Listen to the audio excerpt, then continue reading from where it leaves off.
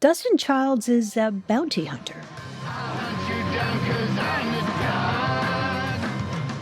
Not quite like Dog the Bounty Hunter, that guy from TV who chased down fugitives in Hawaii.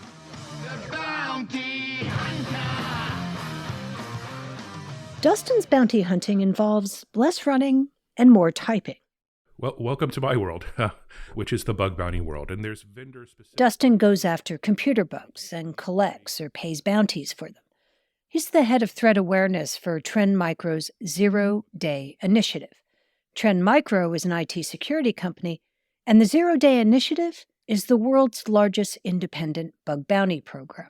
Well, we buy all sorts of bugs, and we've been at this since 2005. So we take the bugs and we use them to write filters for our products, so our customers get protected right away, and then we report the bugs to the vendors so that they can patch it. We buy bugs at Microsoft Bugs, Apple Bugs, Trend Micro, Google, Adobe, you name it. We have a remote team. We're all over the world, and they're doing their own research, reporting their own bugs.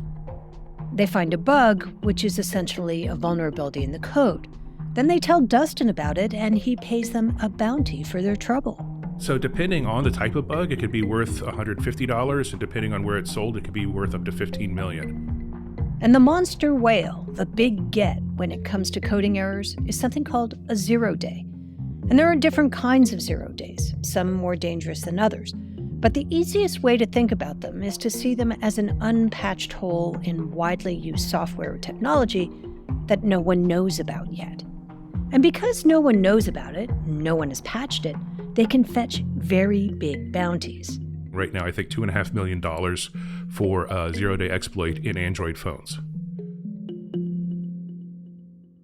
The most rare and prized exploits are zero days that are loaded up with other code to make them more pernicious, and then they become part of epic hacks. Those kinds of exploits are so hard to find that they're really expensive to buy, so usually only nation-states can afford them. The list of zero-day hacks includes things like NotPetya, which was launched by hackers working with Russian intelligence.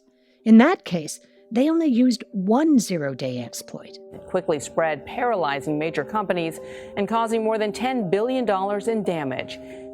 Stuxnet, which is thought to be the work of Israel in the U.S., used 4 zero-day exploits. Someone sabotaged a top-secret nuclear installation in Iran with nothing more than a long string of computer code. So to see an exploit out of that nation-state context, to see one used by an unaffiliated ransomware group, that makes someone like Dustin really sit up and take notice, which is exactly what happened a few months ago with a file transfer service called MOVEit. It became the blockbuster hack of the summer. We begin tonight with a significant cyber attack. The data breach of the MOVEit system was discovered this summer. U.S. government officials say there has been an attack on federal agencies, hospitals, and schools.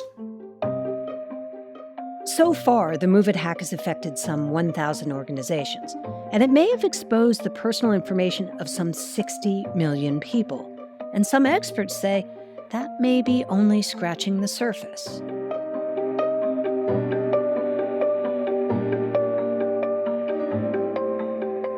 I'm Dina Temple-Raston, and this is Click Here, a podcast about all things cyber and intelligence.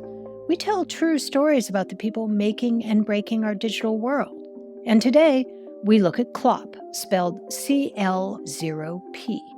They're the Russian-speaking ransomware group behind the MOVEit hack, and they've made targeting obscure but critical middleware programs a specialty. And with this latest attack, they used a zero-day bug to do it. They know what they're doing. They're not doing things on accident, but it shows that they definitely have a playbook and they're sticking to it. ChatGPT, AI machine, Satellite, engine ignition, Click Here, and liftoff. Stay with us. Click Here. Clop is a Russian-speaking ransomware gang that's been committing cybercrimes since 2018. Their attacks tend to be standard fare: hack into a company's network, encrypt their files so they can't use them, demand a ransom, and then, if they get paid, provide a key that unlocks the files. In the past 5 years, Clop is believed to have raked in at least $500 million from its victims, which is the kind of number that puts a hacker in the crosshairs of police. This is a video from an international sting operation on Clop's hideouts near Kyiv. They called it Operation Cyclone. That's the sound of a buzzsaw. The video shows police actually sawing a hole in the front door of one of the suspects. Then they cut to a shot of a young guy and a woman in their pajamas sitting on a couch. Their faces are blurred, but you can hear the police reading the charges against them. They're money launderers for Clop. Then the video cuts to police in white surgical gloves counting stacks of rubles. The suspected money launderers, they take the cryptocurrency payments Clop gets as ransom and then they turn it into cash. And there are so many stacks of cash laid out on the floor, it looks like a carpet. Яке було здобуте злочинним шляхом. Для кіберполіції в пріоритеті налагодження міжнародної співпраці. A Ukrainian police officer offers a bit of a declaration at the end of the video. He says, "We're ready to conduct these kinds of international operations in the future. We will resist hackers throughout Ukraine. And the world is not alone. We will be your partner." З міжнародними партнерами. Operation Cyclone didn't seem to cramp Clop's style much, though. They had already attacked the file transfer service inside Excellion, a firewall vendor. And then, earlier this year, they set their sights on Go Anywhere, another file transfer system. So in some ways, we should have seen MOVEit coming. Or, at least it shouldn't have come as a surprise. Even so, it did catch Dustin Childs off guard. He remembers exactly where he was when the MOVEit hack went public. He was on holiday. So I was scrolling my phone on a beach next to a pool, and it's like, great, why does it always happen on vacation? All he knew initially was that there was a 0-day used to attack a file transfer program he'd never ever heard of. The first thing that went through my mind is, what is MOVEit? Because it was not a software that I was familiar with. But it turns out MOVEit is a major player in the file-sharing world. Your business depends on transferring mission-critical sensitive data securely and reliably. MOVEit can help. That's from one of MOVEit's promotional videos. Its transfer service is ubiquitous. It has thousands of corporate clients, Chase Bank, Disney, and Johns Hopkins University. Also, lots of government clients, like the Department of Energy. You may have even used it too, maybe to upload your W-2 to your tax preparer, or to send your mortgage papers back to the bank. Even so, MOVEit is so behind the scenes that users might not even realize they're using it. I had never heard of it. I mean, I give my information to my accountant for my taxes over one of these. In fact, it might be MOVEit. I have no idea what the thing is. It's a private branded web portal. I go, hey, they're giving me a secure way to send them files. And like everybody else in the world, I click the upload button, right? And I put all my stuff in. And I never considered like, how secure is this thing? Because I just assume it's like a secure file transfer service. This company must invest a lot of money in security if the thing they're selling is a security thing, right? But I guess that's a bit too much to expect. That's Chester Wisniewski. I'm Field Chief Technology Officer for Applied Research at Sophos. Sophos is a global enterprise security company, which basically means they secure company networks. And security is a big part of MOVEit's sales pitch. MOVEit keeps your files secure, both in transit and at rest, with a tamper-evident audit log. So you can prove the MOVEit service is pretty simple. You put in an email address for where it's going, type your email in for where it's from, and then you drag the file over to a box and hit send. MOVEit also allows you to search the files you've uploaded to their system. When you want to look something up, right? If you type something in, it has to turn that into a query to the database to go retrieve the results for you. And there was a bug in the MOVEit product. And Chester says that flaw the Clop hackers found allowed them to arbitrarily retrieve any file uploaded to MOVEit by anyone. It gave them a kind of super administrator's access that allowed them to put malicious computer code inside the victim's system. And in this case, the criminals used these bugs to plant a backdoor. A backdoor that allowed them access to the system even after the bug was fixed. If the criminals had managed to access your system, even if you then went and applied the update, they could still get back in. so that if you close the original hole, they had a new hole to come in. Which is exactly what happened. MOVEit discovered Clop's initial breach and then patched that original hole, instructing customers to ensure that their own systems hadn't been compromised in the meantime. The concern? That Clop had managed to plant a backdoor that they might not have known about. They were able to sort of write a bot, basically, that would automatically find every MOVEit server in the world, steal the data from it in an automated fashion and place a backdoor on them. And because they had programmed a computer to do it all for them, there was very little labor or personal human effort going into targeting. So by breaking into just one entity in this automated way, Clop had gained access to private data held by thousands of organizations. And from a hacker's perspective, all of this was brilliantly efficient. Why go through the effort of hacking thousands of companies one by one when you could get the same results faster by hacking a middleman like MOVEit? It turns out that wasn't Clop's only bright idea. When we come back, an evolution of the ransomware business model. Stay with us. You're listening to Click Here. I'm Dina Temple-Raston. The attack on MOVEit appears to be an evolution of something that's been building over the past few years. Back in 2019, Russian state-sponsored hackers took aim at the SolarWinds management software. It was seen as a supply chain attack. You could get into lots of networks with a kind of bank shot, attacking software your target uses instead of the target itself. And Dustin Childs, the bug bounty guy we talked to at the beginning of the episode, said the MOVEit hack is a kind of updated version of that. MOVEit is something called middleware. Attack that, and it turns out you can monkey bar into the networks of thousands of other companies. These middleware programs are a problem. They are very susceptible because there hasn't been a lot of scrutiny. Big-name programs like Microsoft Windows or Mac OS or Google Chrome, they've got lots of people looking at their code, and as a result, they're pretty secure. But more obscure software, say the code that allows applications to talk to each other or file transfer systems like MOVEit, well, not so much. The perimeter is very secure. The desktop is very secure. The stuff in the middle, it's kind of like the chocolatey nougat that you can get in there and really take advantage of. The vulnerability of that GUI center seems to be something Clop understood. They may have some very glaring holes that people can exploit once they really shine a spotlight on them. Because if there's one bug, that usually means there's a lot of bugs.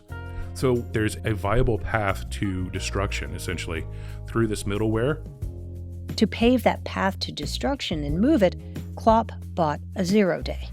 There are essentially two kinds of zero days. The cheaper version, just the bug itself, a flaw that gets you in, or the premium version, an exploit, which is a bug fully loaded with all the bad things you can do once you're in.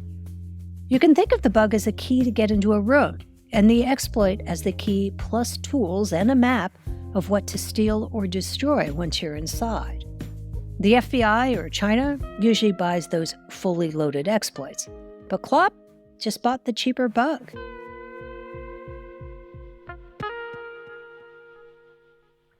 And how do you think they got their hands on a zero-day? There's multiple ways they could have acquired it. There are underground forums where there are auctions. They could have someone on their group who actually found the zero-day, or they could have purchased it from an initial access broker. Think of initial access brokers as a kind of specialist. They're hackers who are really good at breaking into systems, and they essentially sell access to something they've already broken into. So if one were to guess, Dustin says, Clop may have bought this bargain basement MOVEit zero-day for like $20,000. And Dustin is so good at pricing this because this is exactly the kind of thing he pays people to find in his bug bounty business, which can be incredibly profitable. There's people around the world where finding a zero-day is life-changing for them. We have one researcher in Ethiopia, and he was punching the air because we essentially made him the richest man in his village. And Clop members have become some of the richest guys on the dark web because they're finding or buying these zero-day bugs and actually deploying them in a very methodical way. They seem to be a little bit more on the professional side. I don't like to use the word professional when it comes to ransomware because it is a criminal activity, but I would say they color with a different crown. And now, increasingly, they're coloring outside the lines. We said earlier the traditional ransomware attack is break in, encrypt the data, send a ransom note, get paid, unscramble the data.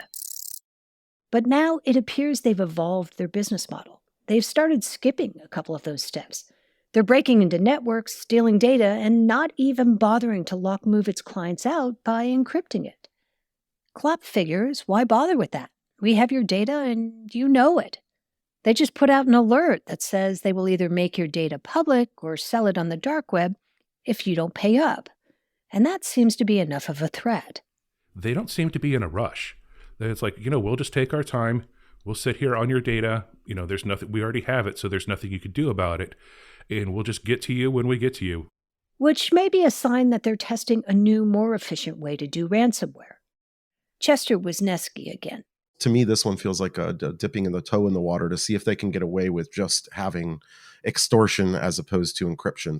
Focusing on just extortion saves time, and it may be more effective. Ransomware isn't the big unexpected thing it used to be. These days, most companies have backup systems ready in the event of a ransomware attack, so payouts are becoming more rare. According to an analysis by Coveware, a ransomware recovery firm, in the second quarter of 2023, only 34% of companies targeted by ransomware attacks decided to pay the ransoms to unlock their data. That's a record low.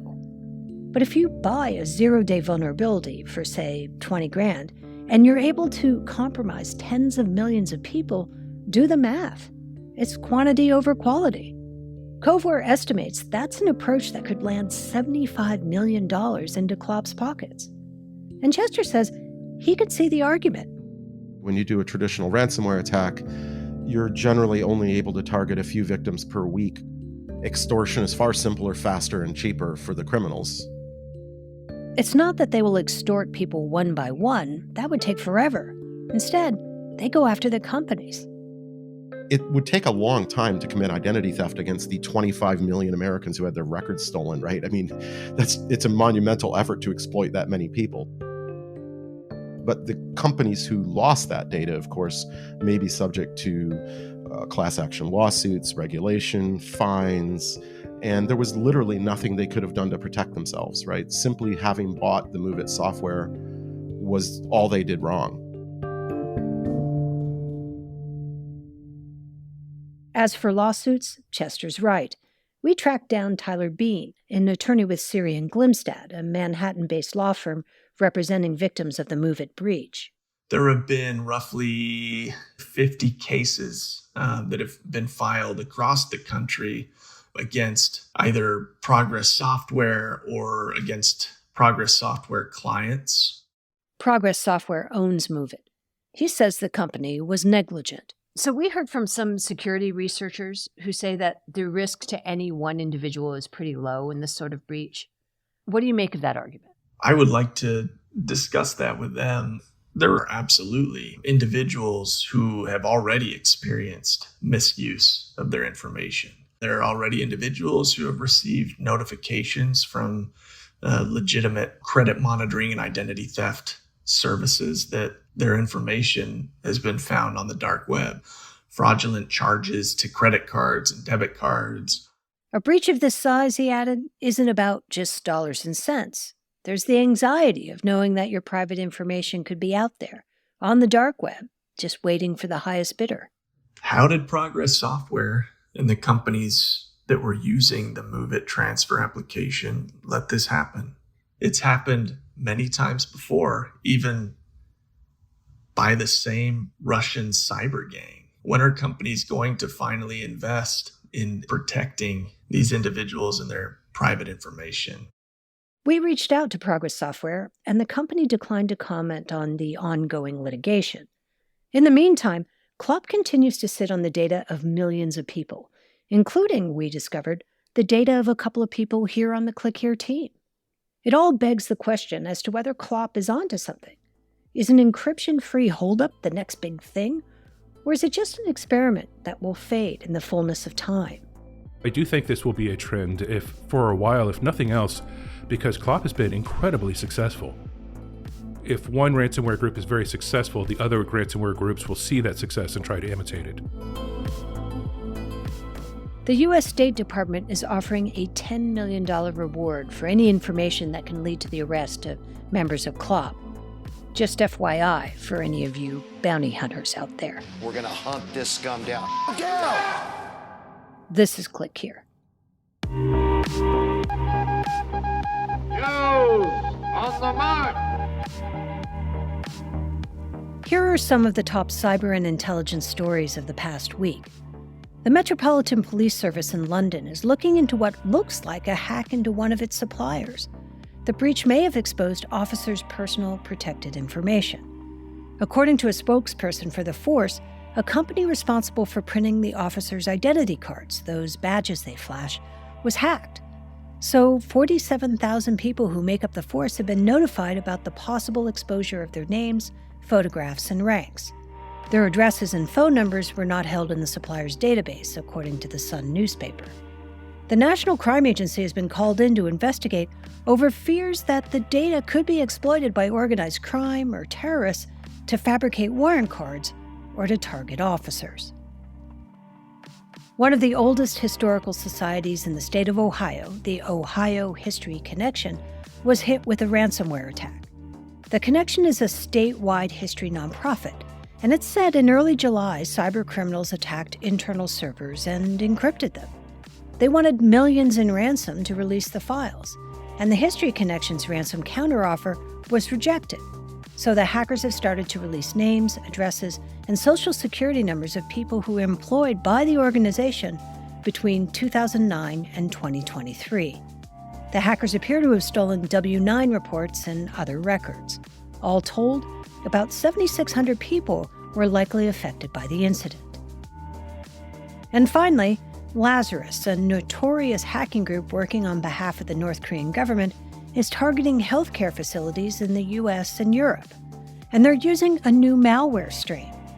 Security researchers from Cisco Talos say Lazarus hackers are exploiting a vulnerability in the Manage Engine service desk. Manage Engine helps companies manage their IT services, and is particularly popular with Fortune 500 organizations. The company behind Manage Engine said back in January that there was a vulnerability being exploited by hackers. The new malware strain Cisco Talos found allows the hackers to gather data about the infected device, and it also has a feature that allows it to sleep for predetermined amounts of time, which makes it much harder for cybersecurity officials to find it.